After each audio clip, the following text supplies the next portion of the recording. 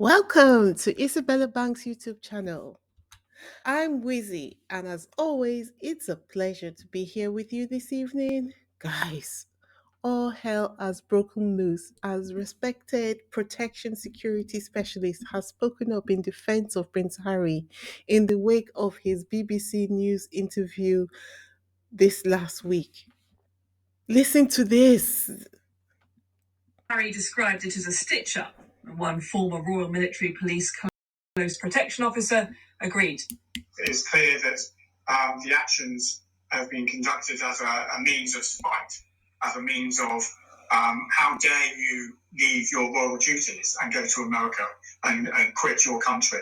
And why should we provide security to you when you've done this to us?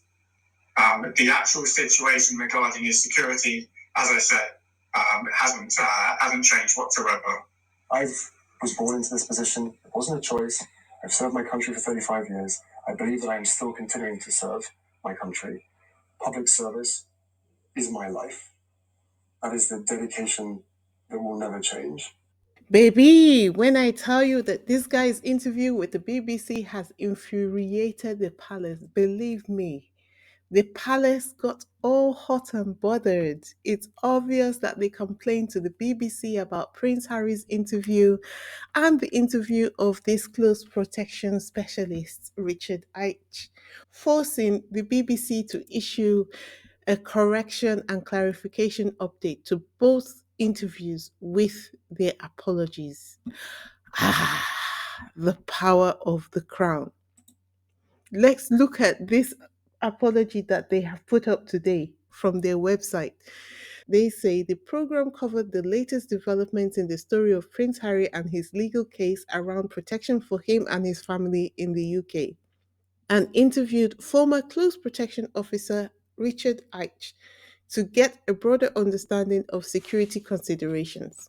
Claims were repeated that the process had been an establishment stitch up, and we failed to properly challenge this and other allegations.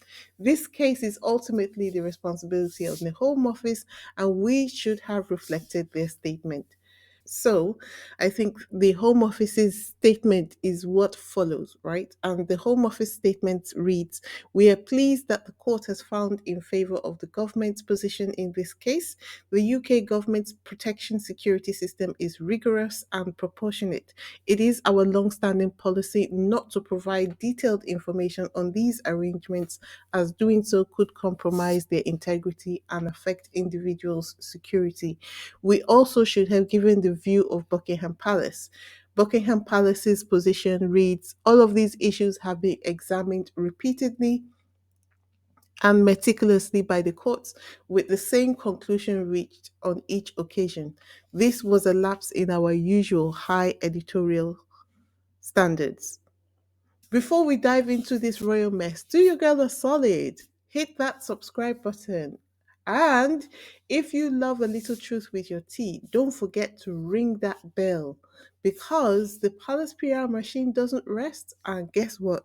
Neither do we. But now, continuing on with the story. So, Richard Ike did not take the BBC's apology lying down. Nope. He was like, BBC, there should not be any need to apologize. And he tags the BBC News as well. He said there should not be any need to apologize at BBC News for opinion based interviews, absence of a threat and risk assessment on Prince Harry, where the focus is on legal process influenced by the recommendations of a committee that is not independent, it defines stitch up. He did not let them breathe, he didn't let them do a sidestep. Although I think that the BBC were right to include the royal family's statements in respect of that interview, um, but apologizing for forming their own opinion is a different thing. So, what do you guys think about all of this? Share your thoughts in the comment section below. That's all I have for this evening.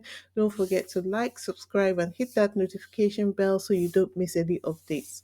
Thanks for tuning in, and until next time, this is Wizzy signing off.